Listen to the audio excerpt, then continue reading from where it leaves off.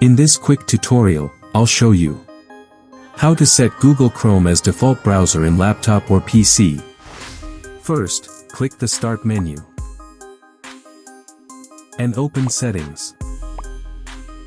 Next, select Apps. Then click Default Apps from the left sidebar. Scroll down until you find the web browser section. You'll see your current default browser displayed there. Click on the current browser icon, and a list of installed browsers will appear. Now, select Google Chrome from the list. That's it. Chrome is now your default browser. Any web links you open will automatically launch in Google Chrome.